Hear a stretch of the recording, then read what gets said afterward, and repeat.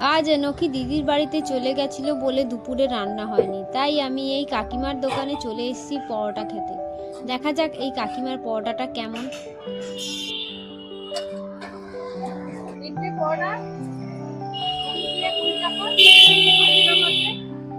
আলুর দম আছে। Hi guys, welcome back to my channel it's কিয়া ম্যাজিক। তো আজকে সকাল সকাল অনকি চলে গেছে ভদ্রেশ্বর, আর সবাই অনেক দুঃখী হয়ে গেছে।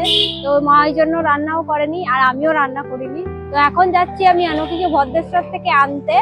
তো এখন আছি আমি কোন্নগরে, কোন্নগর ঠিক বারো মন্দিরের সামনে। তো রান্না করেনি বলে খাওয়াও হয়নি, তো সবার আগে কিছু খাবো। তো কোন্নগর বারো মন্দিরের সামনে আছি, আর এখানে আছে একটা পরোটার দোকান। দেখা যাক পরোটাটা কেমন খেতে। পরোটা আছে আর এখানে আছে ঘুগনি। ঘুগনিটা তো দেখে ভালোই লাগছে। হাই,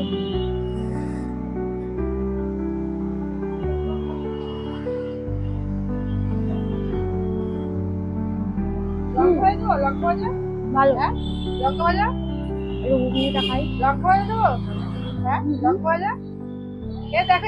আমি ঝাল খাই না।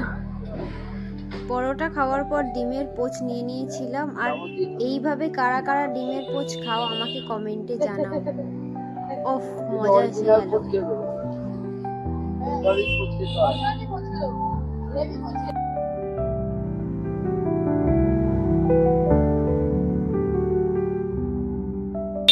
তো গাইস, এই মাত্র আমি পরোটাকে জাস্ট বেরালাম। তোমরা যদি কেউ কোন্নগরের সাইডে আসো তো এই কাকু কাকিমার পরোটা ট্রাই করতে পারো। এনাদের দোকান হচ্ছে কোন্নগর বারো মন্দিরের ঠিক উল্টো দিকে, জিটি রোডের ওপরেই এনাদের দোকান আছে।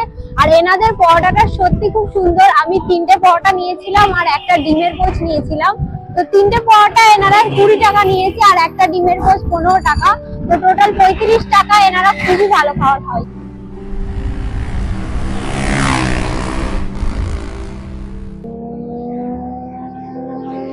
রকেট বাইক যাচ্ছে, রকেট বাইক চলে গেল। তো এই মাত্র আমি হাইওয়েতে আসলাম, আর হাইওয়ে আমার একটা খুবই পছন্দের জায়গা।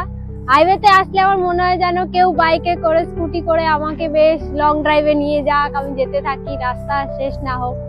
তো তোমাদের কেমন লাগে হাইওয়ে আমাকে কমেন্টে অবশ্যই জানাবে। তো এখানে একটুখানি টাইম স্পেন্ড করব, আর যেহেতু শীতকাল রোদ্দুর লাগলেও কোনো প্রবলেম নেই।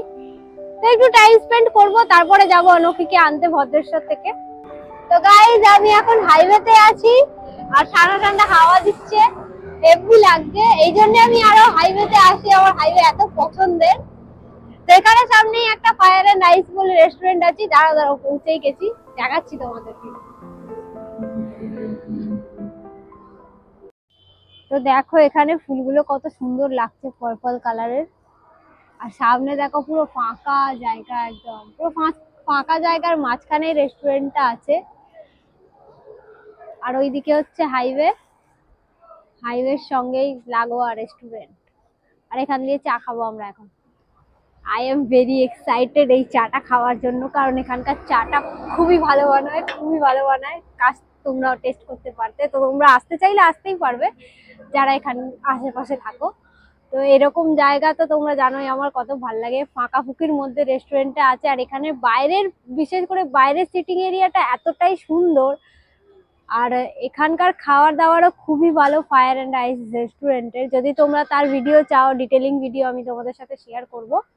তো ফাইনালি এখন আমি চা নিয়েছি, সবার আগে চাটা খাবো, কারণ চাটা দেরি করলে ঠান্ডা হয়ে যাবে, পুরো মজাটাই শেষ।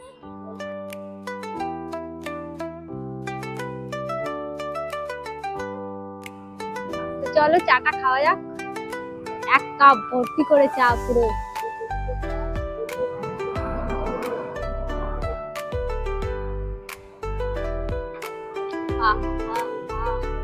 দারুন দারুন।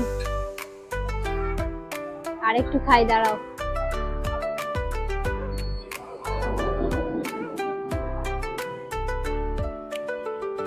কি বলবো, পুরো স্পিচলেস, এতটাই ভালো চা বানায়। তো আমার চা খাওয়া কমপ্লিট হয়ে গেছে, অনেকটাই চা খেয়েছি। আর এটা আমি খেতে পারছি না, কারণ পুরো কাপ ভর্তি করে চা ছিল। এবার এটা যদি আমি খেয়ে নিই, এর আগে একটু আগে পরোটা খেয়েছি, বাস্ট করে মরে যাবো। তার দিয়ে ভালো আমি এই চাটা আর খাবো না। আর রেস্টুরেন্টের দেখো লাইট গুলো জ্বলে গেছে, কত সুন্দর লাগছে।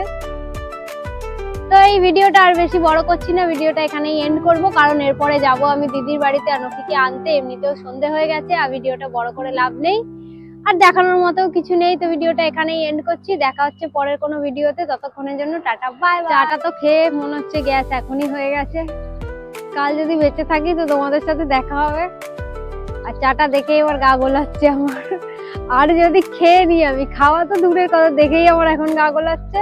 কাল যদি বেঁচে থাকি গাইস তাহলে দেখা হবে। এখন গিয়ে গ্যাসের ট্যাবলেট খেতে হবে আমাকে, মনে হচ্ছে আবার বাস্ট পুরো।